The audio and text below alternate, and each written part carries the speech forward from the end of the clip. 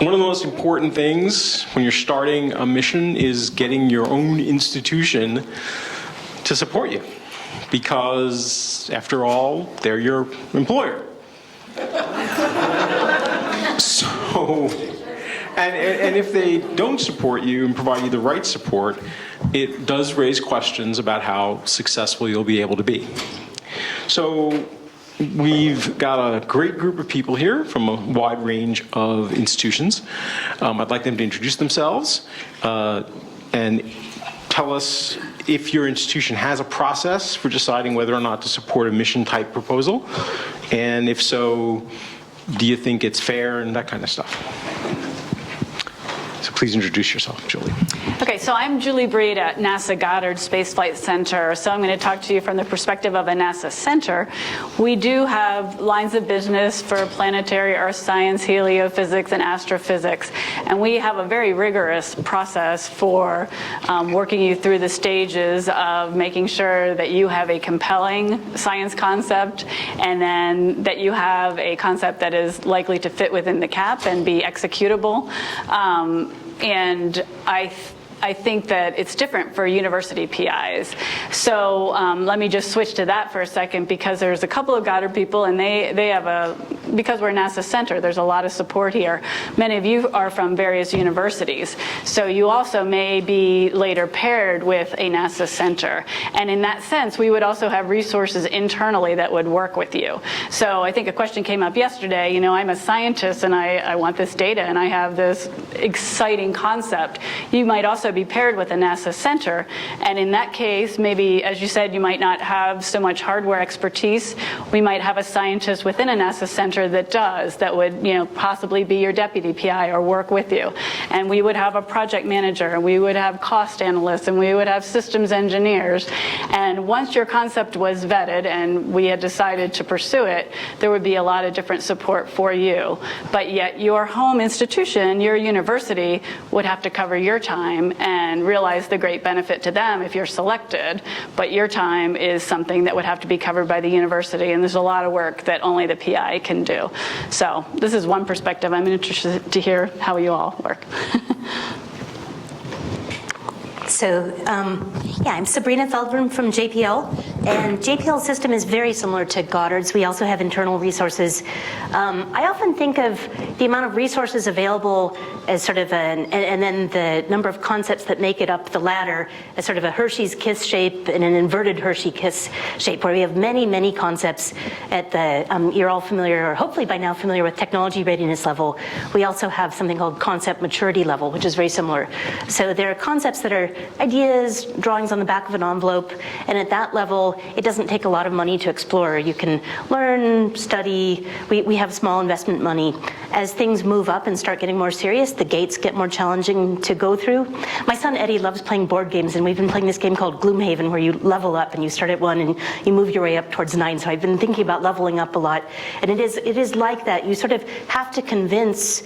I'm a program manager, so people who come to me have to convince me that they're ready to move on from a small, spontaneous concepts to a larger, advanced concepts to strategic initiatives. So support for Picasso and actually Picasso we pretty much always support. But as you get to the more and more serious programs like Mars 2020, Europa Clipper proposals, we have a gate review process, and so do the other centers, where it's never just my opinion. You know, I love your idea. We don't want to rely on one person's thinking. We want to get together a group of people with diverse perspectives. So I think that's all I'll say for now, and then hopefully we can come back and talk about this more. Thank you. I'm Jay Fletcher. I'm actually from Ames Research Center, not APL. Oh, sorry. But another A acronym. I lead our New Opportunities Center, which is the sort of the nexus for all things proposals at Ames. Very similar to the processes that you've heard from at other NASA centers. We have a process that we use to shepherd concepts from low maturity levels through various review gates, providing institutional funding to mature them up to the point where they're ready to be proposed to an announcement of opportunity. that process is actually is becoming more formalized now because we're a small NASA center with a very broad portfolio of research specialties. So it's been somewhat ad hoc up until the past couple of years. We've actually just given our community a series of briefings on how the process works. And so this is very timely. And I think one key takeaway from that is that it really can't be understated how much responsibility it is for the PI to really sell their concept. It all comes back to the PI believing in their concept, being able to articulate it well, both to scientific members of the community as well as programmatic and executive decision makers. It's a little bit unfair to say it's all up to you, but it really, if you don't take an aggressive stance in selling your ideas, it's not going to go anywhere.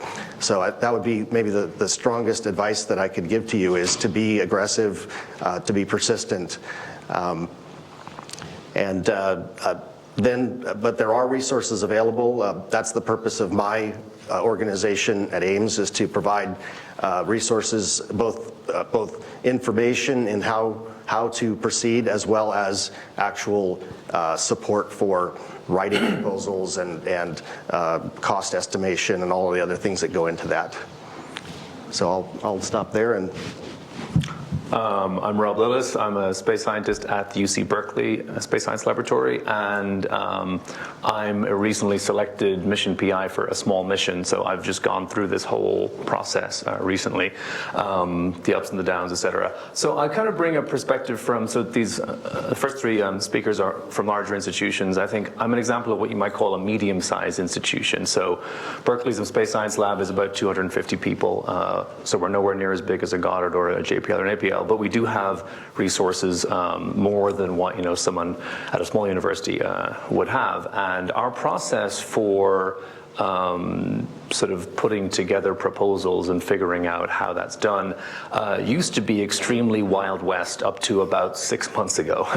So I went through the Wild West, and you just had to sort of know the project manager and go talk to him or her in their office and say, hey, this is an idea I have.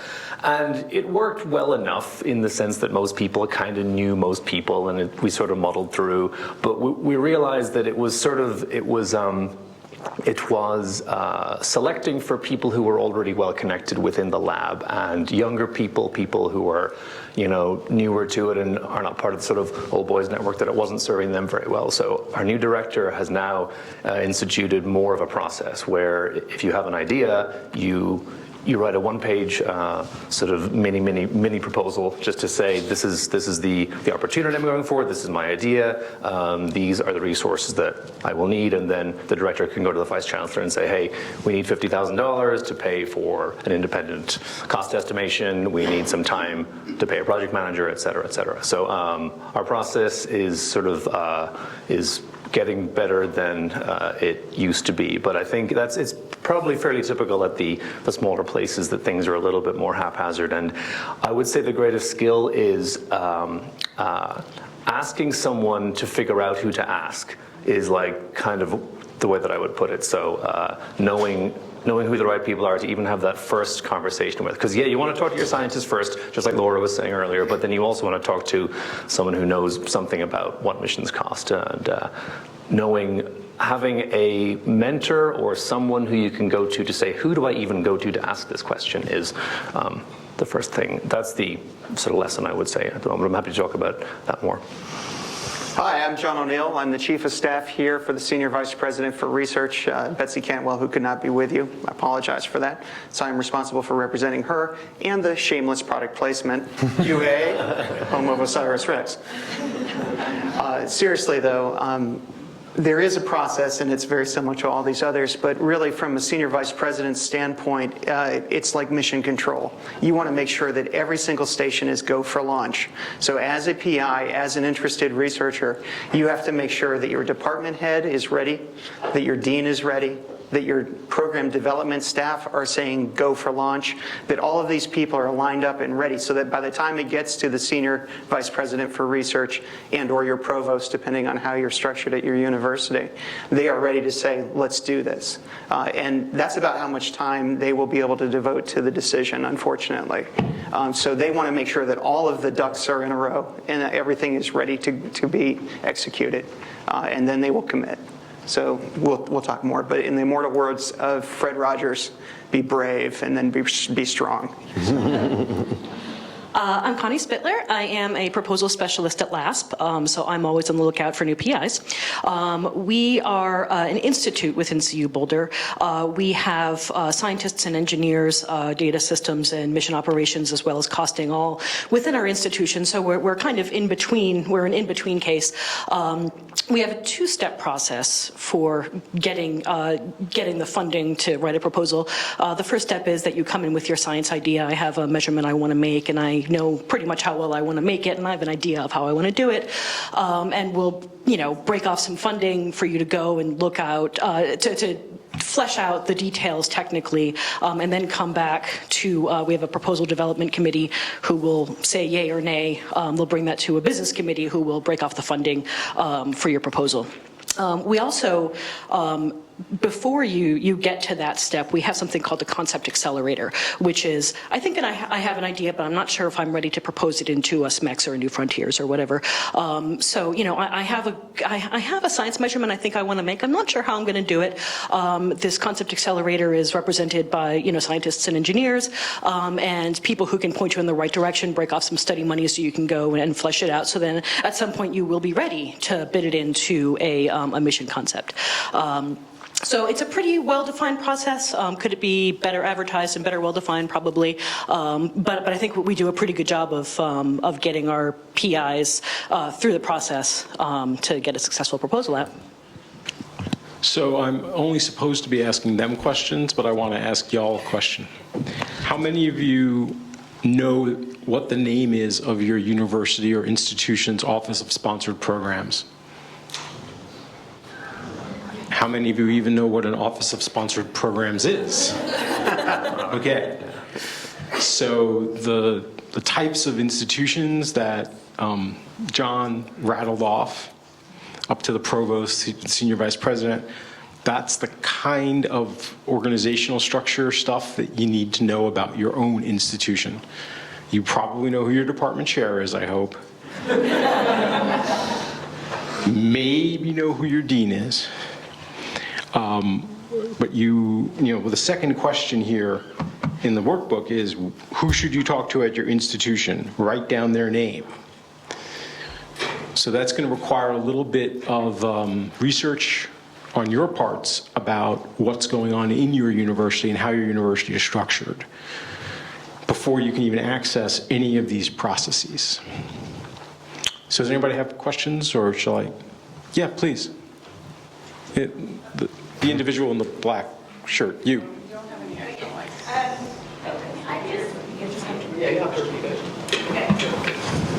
So I'm curious, why is it that we need the provost or vice president to approve or support what we're doing? So, when I write telescope proposals, I get the money, I do what I want, but what is it that, why do we need your office? So the question was, when you write a regular research grant, you probably never go to your provost or dean or even department chair maybe. Why, for this kind of mission stuff, do you need the approval of your dean and your provost and vice president and so on? So if you were asking me to address that, I would say the scale of the proposal is really what drives the need for that senior approval, largely because oftentimes the department head may not have the proposal development support available to you, and so they'll be going to their dean with you to try to get the college support. And if the college can't raise the funds to do that, these are very significant efforts to put in a proposal for a large mission, millions of dollars being spent. And so that generally rises farther up the hierarchy of approval than a simple single investigator award. So what kind of thing? Oh, I was going to say, so if your mission is selected, your institution is on the hook. You have a contract with NASA that your institution is required to fulfill. And so there are lots of resources within the institution that will be required to be brought to bear. And so you have to have the buy-in of the highest level of the institution to commit those resources. Yeah, and what drives that is the fact that they have to set aside funds to perform that proposal preparation should you win. And so there are all these commitments that have to be tracked and booked in order to be prepared for that. Yeah. So you mentioned, I'm sorry, go ahead. I was going to say, and you'll probably get help from your scientist colleagues. They'll probably work nights and weekends to help you, but when it comes to engineers, they need to be paid from somewhere. They don't just, I mean, some of them might work a night or weekend, but in general, engineers and project manager types, they will need funding for their time to help you. And that often comes from either the Vice Chancellor for Research or Senior Vice President, whatever title it happens to be at your institution. Seth? I do have a question directly for John. Yes. So I'm at an institution that hasn't traditionally done space missions or worked with NASA on these large projects. It's Michigan State, they do other large projects with other funding agencies. Sure. What is different about working with NASA at the ORS level, or the Office of Research Support level, and what might their concerns be that I would want to be aware of going into a meeting with them? Right. So honestly, I don't think the concerns are vastly different. It may be a lack of familiarity that your administrators have with NASA or that you personally have with NASA. But the processes and concerns, the same questions are raised no matter which agency you go to. I just came to the university from 16 years at Oak Ridge National Laboratory. And before that, I was at Virginia Tech in research administration, leading federal agency relations for all agencies, leading research development, leading corporate and foundation relations, and things like that. And so my experience has been that really it's not vastly different, but you do need to appreciate the culture of NASA. You need to understand the restrictions that they operate under, one of which is partnering with the NASA centers largely. And understanding your program manager really is the key to driving success. If you know what their initiatives and priorities are, and you are familiar with their thinking, then you stand a better shot of gaining some traction. If I could add to that, you mentioned partnering with NASA centers. That partnership means that you'll also receive support for proposal development if you're partnering with a NASA center. And there's many different kinds of arrangements that can be made. But the PI institution is not necessarily solely responsible for developing the proposal. You're partnering with a spacecraft provider, potentially a NASA center that would do program management and possibly mission operations support. So a wide range of arrangements that can spread the cost of proposal development in many different ways. I'd like to add to that too.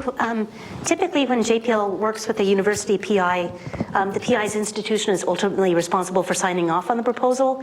JPL would look to the PI to lead the science section, but typically we would take ownership of the proposal generation, proposal management, resources to go through A-Team studies, TeamX studies, which are two organizations we have to go through mission concept studies from at lower maturity and at higher maturity. And then another thing I would say is that NASA, you might have the perception that NASA doesn't want to work with institutions that are completely new or novices or earlier career PIs. That's not so much the case. What we hear from NASA, the feedback we get is they're looking for enough breadth of experience in the senior leadership team. So the PI can be younger, less experienced if you have a senior advisory panel, if you have an experienced deputy PI, if you fill out the roles with a very senior project manager. NASA isn't looking for any one individual to have all the relevant experience. If your institution's new, they can encourage that and see that as a positive factor, as long as there's as long as the whole team reflects enough experience. So for what it's worth, when you look at 10 years worth of mission proposals, the vast majority of proposals are submitted by institutions that have only ever submitted that one proposal.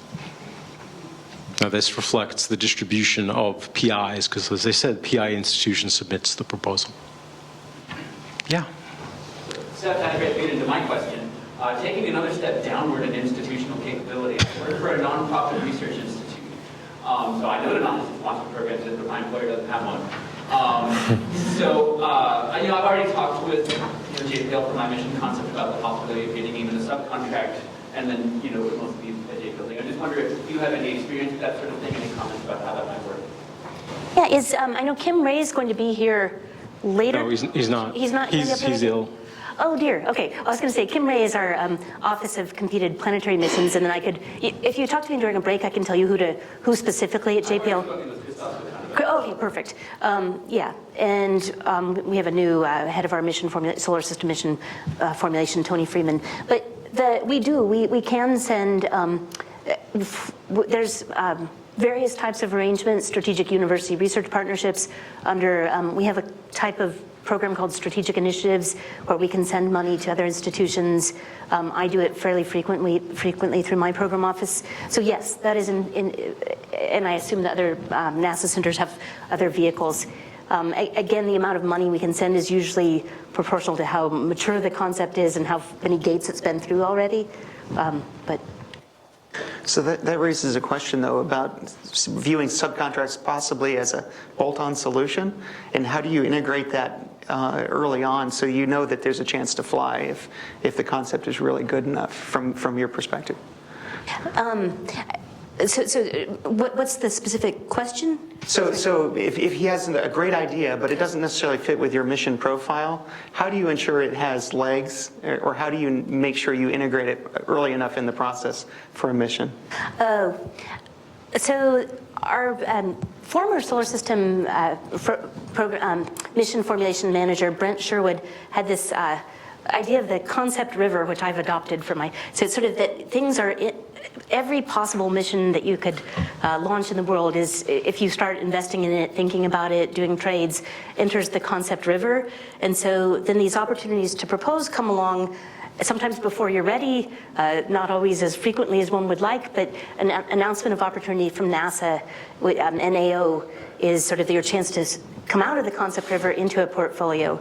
So for ideas that we think are really promising but that need a lot of work, but that are just exciting, sometimes ideas just have that it factor, that grab you factor. So things like that, we're always really excited when they come along. And typically, if you're excited and you can sell a mission persuasively, you can get, and if the science is so compelling to you and you can articulate that, it's usually not hard to get other people excited. Laura Kerber in the audience is a fantastic example of that. Moondiver, she's the most persuasive pitch person for it.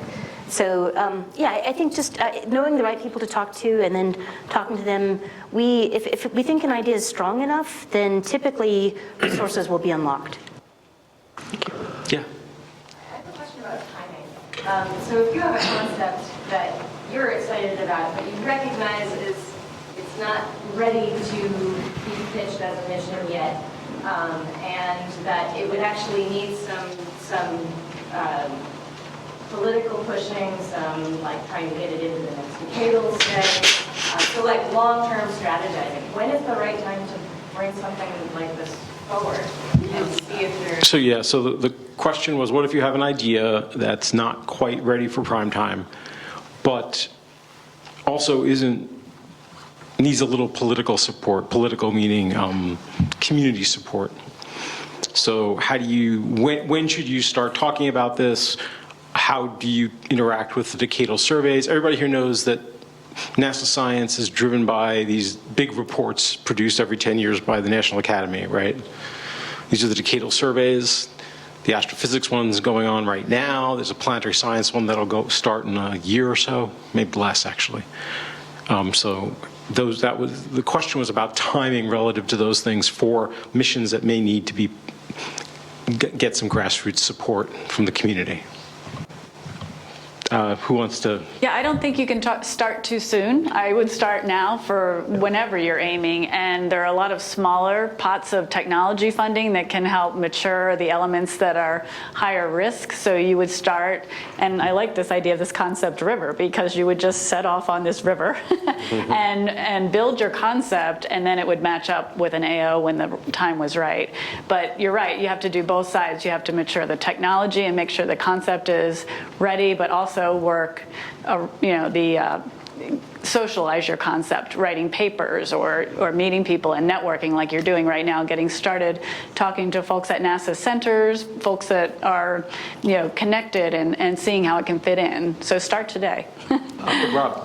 I would say also a very important channel is to work through the advisory group structure. Now, this is much more mature within planetary, where there's VEXAG, MEPAG, LEAG, all these different advisory groups for different solar system bodies, but that's where you help to build the community support. It's more difficult in Helio because that sort of fell by the wayside. It's going to be coming back again, hopefully, but those sorts of forums. Another thing is you can apply for funding to have a topic-specific workshop where you can have a sort of 30 or 40, 50 people to all sort of talk about, okay, what are the important measurements that we need in order to answer these important science questions? What sort of concepts could address that need? And so that's one of the ways that as a scientist you would build support for your idea, and then so that when the decadal surveys come up, your idea is already out there, and so it's easy to get together groups to write one or more white papers on that topic. And then once it gets into the decadal survey, then it's really going to be eligible for missions. So if I could, I'm sorry. Thank you. Since you mentioned the planetary and heliophysics, I feel like obliged because I'm the chief scientist of the Physics of the Cosmos Program Office, which is one of the 3 program offices that has those community groups. In astrophysics, we also have community groups. Please participate in them. They're open to literally everyone, and you're even like an hour every month or so can have a huge impact, and it gives you an opportunity for lots of exposure. Yeah, oh, sorry. So she was saying that she's the chief scientist of the Astrophysics Division's Physics of the Cosmos program. So Astrophysics Division has 3 big programs: Physics of the Cosmos, Cosmic Origins, and Exoplanet Exploration. And they have their own assessment groups. They meet regularly. They're open to everybody. And do you have regular telecons, or do you just have meetings? Each group is run differently. So Cosmic Origins has regular telecons. Exoplanets does telecons and really big meetings. Because our science is so diverse, does a lot of different things. We always have meetings at AAS, at American Astronomical Society, American Physical Society, High Energy Astrophysics Division meeting. Like, there are lots of places where you can come and interact with us. So please do. Yep. Okay, so the short answer is all 3 of them have a bunch of different ways of interacting. Some have regular telecons. Almost all of them, maybe all of them, have physical face-to-face meetings. Physics of the Cosmos apparently has meetings associated with a bunch of astrophysics-related meetings. So the Association, American Astronomical Society's meeting, things like that. Yeah. Yes, I'm sorry. I don't know your name. I apologize. Melody Carroll. Melody, please. At Arizona State. So many of us in the audience are very early career, including PhD postdocs. So as we are evaluating the next institutions we may be applying to go to, either as postdocs or hopefully faculty members, what are the kinds of questions we should be asking both ourselves when we're looking at these institutions and when we're there talking to people, interviewing and stuff to make sure that we would be at an institution. So the question was for the early career people who are looking for their next job, whether it's another postdoc or junior faculty position or whatever, really, what kind of questions should they be asking themselves and the institutions? Is that, I assume, assuming you are interested in pursuing mission kinds of ideas. So One thing I'd like to bring out, this isn't like writing a Rose's proposal. So it is a substantial time commitment.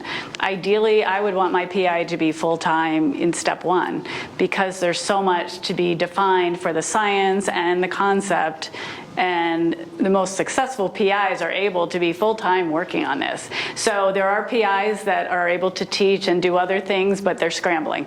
So I think if the university is supportive of your time and funding your time so that you could develop this concept it'll be a lot easier for you. You could teach while you do it, but I think it's tough. And then if you get selected to go to do a concept study report of Phase A, it's definitely a full-time job. So I would look for a university that's willing to invest in that and sees the value of this mission to the university. Rob, you want to comment? I was going to say there's also a kind of a matching between the scope of your concept and the capabilities of either the institution that you're already at or the institution that you're considering going to. For example, if you want to propose something that's one of those, say, $35 million astrophysics and smallsats, a smaller institution would probably be able to handle that. You wouldn't need a JPL, say size institution for that. So there's a matching there. So, but it's about figuring out what the best lead institution is for your idea, whether it's the one that you're considering going to or it's one that you just need to partner with in order to get there. And there was one more thing I was going to say about that, but I've lost it. Never mind. Okay. I was just going to say, making sure that, there are resources available, that they will support your proposal, that they won't just kind of throw you out to the wolves and, hope you come out with something good, that there's a process and a structure in place to really support you throughout, not just the proposal, but throughout the entire process. Ideally, an institution who has partnered with NASA or who has, worked on missions before and kind of has an idea of how to wrap their arms around it. And I would just add your previous comment about mentorship. If you are going to an institution where you don't feel comfortable with the mentorship situation, probably give that some extra thought, right? So if there are luminaries that you are inspired by, that excite you about the work, that you know have a reputation for being good mentors, I would suggest you look more closely at those options. Yeah. And one more thing is that you don't necessarily, if you have, as I said, there's this matching between the scope of your idea and the capabilities of the institution. You don't always have to go to the biggest institution. For instance, I know that University of Colorado, LASP, UC Berkeley, SSL, U of A, ASU, these are these university labs which can actually handle the leadership of at least some certain mission sizes, like not a New Frontiers or anything, probably not even a Discovery perhaps, but certainly you don't have to go all the way to an APL or a JPL for every single mission concept. There's other universities you can go to as well. Martha, and then Sandroy. So I'm Marty Gilmore. I'm a professor at Wesleyan University in Connecticut. So Wesleyan, a fantastic institution. Bureaucracy is very small, so I think I can get the provost to get me out of my courses. But it's never done a partner to do a NASA mission before. And so I guess I want to make sure that it would be possible for an institution like mine to essentially outsource all of this to APL or JPL. And including the step that Connie, you mentioned, your concept incubator is, I want to go to your concept incubator. And work for LASP. I'm not going to do that. I'm a geologist, I'm happy where I am. But so it's two questions. Can somebody like me be a PI? And I hope the answer is yes, because if NASA's interested Yes. The answer is yes. Yes. to include folks who are not, at these institutions. And then the second question is, if that can happen, do we have access to something like that, where somebody can help us bring our idea into something that can. Well, I think at JPL and Goddard, they have the internal resources to flesh out the technical details of a mission. I'm sorry, so the question was from Marty Gilmore. She's at Wesleyan, small school, great school, small bureaucracy. But they've never partnered on any kind of mission. And if she wanted to propose a mission, she would need to find resources elsewhere. And can those resources be received from a NASA center or a LASP or something like that? Is that a good paraphrase? Yes, can I put myself in your hands? Yes. Sure. One thing, so we do that fairly often. Sometimes small institutions, there's sort of, the PI has to sign that they're sort of ultimately responsible for the success of the investigation, and then your institution is the final signature authority before submitting to NASA. Sometimes because especially with an institution that hasn't done this before, they get a little nervous by the language and the commitment, and they want to see the final proposal a month before the signature process so everybody can review it and think about it. That is, so we like to scramble until, quite late before. The budget is a mess a month before. So I think just setting up expectations for being willing to look at a draft beforehand, not expecting the final product a month early because that's impossible for us. So, but other than that, we tend to work very smoothly with small institutions. So I think the short answer is every NASA center, or almost every NASA center, and APL and JPL have these concept development labs. And many of the bigger aerospace companies also have those kinds of facilities. So the step is for me to go sell my idea to a NASA center, and then they will take care of that aspect. Sell your idea to an institution that is capable of providing the engineering and management support. Yes. But also to sell to your university because, and I agree, I've seen many times where we've had, as you say, everything outsourced, but ultimately the PI is the only person that can make, it's a PI-led mission. So decisions that affect science, when you're formulating a concept and making decisions about engineering capabilities and margin and risk, which affect how much science you get, that's where the PI really needs to be involved. So it's very often we'll have a PI from a small university, but their time needs to be available. And they need that support of their university so they're not trying to feed their children while, teaching while doing this difficult job. So you want them to be enthusiastic and supportive. And they do sign off ultimately, so they have a feeling of, if this goes south, is my university reputation on the line? So they need to be an advocate for you. Mm-hmm. Sandra, you had a question? Yeah, I'm a soft money scientist at a small institution, so it's very risky to take the time to write a proposal, when you have a bunch of other commitments. Yeah, it is. Does NASA provide some support, or maybe just a few 0.5 FTE to engage in concept studies? So sometimes NASA will put out a call for mission concept studies, in which case you submit a proposal to do a mission concept study and include salary in that. In general, though, NASA does not, as a policy, fund the development of proposals for anything. So Michael, I can say that my mission would never have been selected without the concept study program PSTS3. So we wrote a 10-page proposal late 2016, and it was to ask for $400,000 or $500,000 to flesh the concept out, to pay for some of my time, pay for engineering time, to pay for the spacecraft contractors' time, the mission designers' time, all this stuff to get the concept from just, hey, this is a kind of a cool idea, to actually we could submit a real competitive proposal with it. So thank you to NASA for that, because we could not have ever submitted that without that support at a small place like Berkeley. So I've got two questions, one for you guys, and I'm going to break the rules again, and one for the audience, so brace yourselves. So I think it was John who spoke about proposal resources or support. What specifically were you talking about in that rubric? Because everybody here has talked about support and proposal support and all that stuff. So what specifically should people be thinking about and asking for?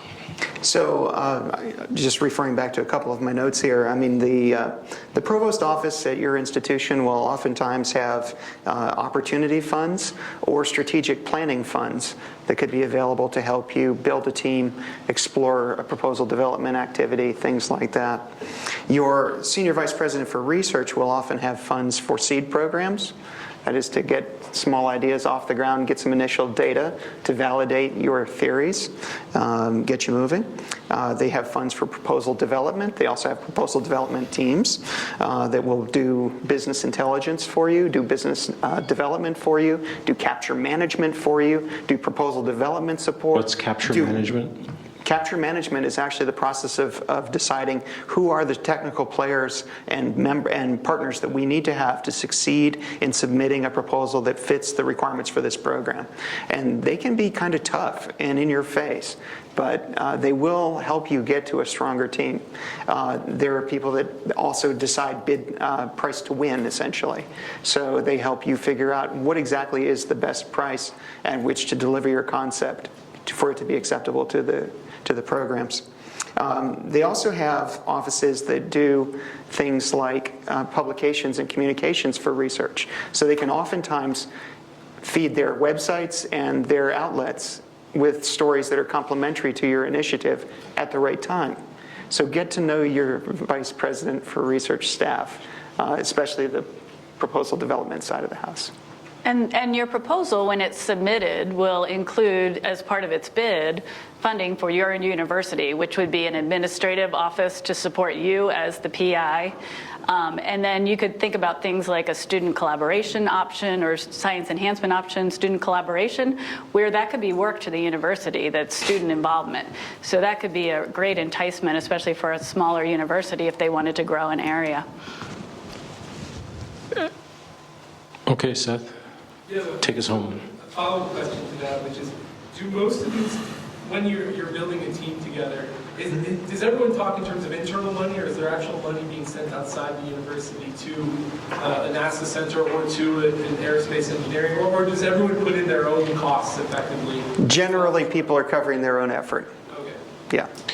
So my question for the audience, before we wrap up, of the people here who have put in a mission proposal or an instrument proposal, how many of you started with getting support from your institution for this stuff? Can I see a show of hands? So it's everybody, basically. And how many of you felt you got enough support? Ooh. So I would scope out the people who had raised their hand to the first question and ask them about the support they got. So and we have about 5-10 minutes. Any other questions? Yeah, Erica. Can I borrow a mic? Yes, you may. It's your mic. So one thing that I found helpful when I was making my proposal, I had like a very clear vision of what I wanted it to look like, because typically, there's not a really delicate way to say this, but a lot of people's proposals look really awful. And the design work is terrible, and I think there's actually a lot of utility in having something that is beautiful to look at, that people enjoy looking at, and then they get more information out of it.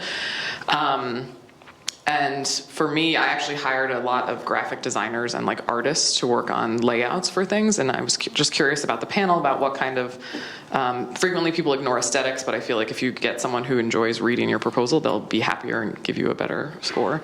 So I just wanted you guys to comment on those kinds of like resources that maybe you wouldn't normally think about, that can still be useful.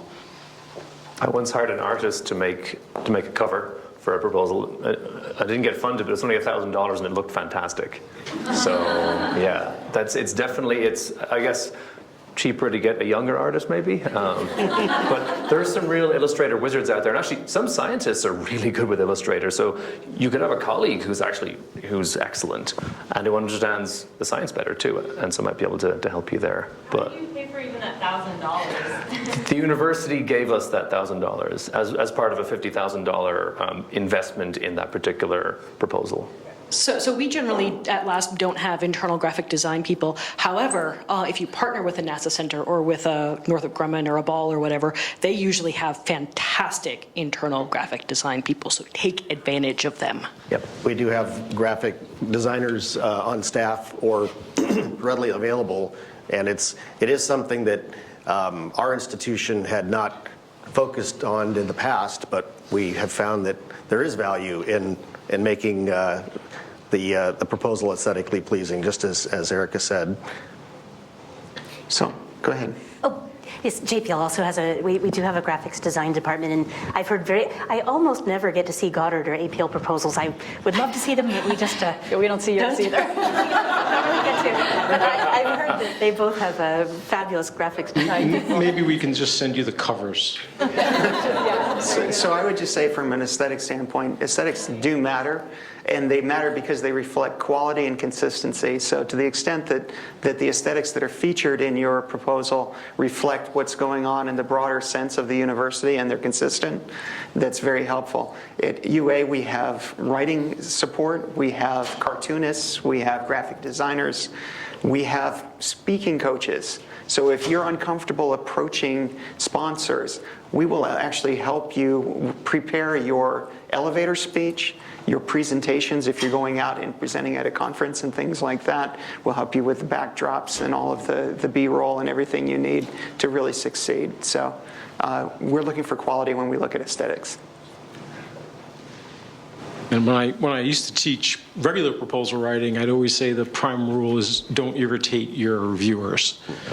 And so that's what all this falls into the category of, if you have a really attractive, typo-free, grammatically correct, pleasant to read narrative in your proposal, you won't irritate your evaluators.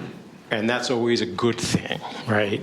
Because sometimes evaluators take irrational dislike of proposals because it was hard to read or it was ugly or whatever. So these kinds of services are often not on the front of everybody's mind, but should definitely be in your mind. And sometimes it's, sorry, go ahead. Oh, if I could add, the first 2 pages of your proposal are the fact sheet. And that is vitally important that it be concise and clear, and graphics are a great aid in helping people understand your concept. So that's your first impression, and it's really important. So Craig, you have to point out that Word is a rather poor tool for preparing the text part of your proposal. Yes. So in general, you want to look for something else because it has bad letter spacing and a waste space. And you will find in any of these, you are pressed for space. So I think pretty common is people use InDesign. You usually need an expert to make that work. So you want to shop for somebody like that early. That's something you can learn yourself too. That's something we've had to do before. You've got a lot of other things to do as a PI that learn how to drive a new software. True. The PI shouldn't have to learn that, yes. But that's someone on the team. Yeah, and if at Goddard, for example, for each PI, you have a full-time graphic artist and a proposal specialist who makes it look good in InDesign. So your job is the content. And the PIs do love, across the board, working with the artists and taking a concept that was vague in their mind on a napkin and seeing it come together and really communicate. So it's kind of the fun part, one of the fun parts of the job. If I could go back to the aesthetic for one more second, a place where that plays a role is in your quad charts. Quad charts are not a place for you to shrink down 4 full-page texts into 4 boxes and say, here's my quad chart. Graphics are to tell the story there, so use them effectively. Excellent. So it's a 1-page summary of your concept, essentially, and it's going to have a description and value proposition in one quadrant. It will have objectives in another, approach, and then in the final you usually have something like your budget and your Gantt chart. A Gantt chart is a chart showing how the main due dates are of things, the milestones, and how they connect to each other. Yes. Yeah, all of the work that you're doing here to get your concise statement becomes so important later. It's the fact sheet, it's the quad chart, everything that you're doing you will use because that's what's going to carry through, and that's the point, the elevator speech that you need to make. And we'll continue to work on it for months and months, if not years, to make it crisp and exciting. So let's thank our panelists for a really interesting discussion.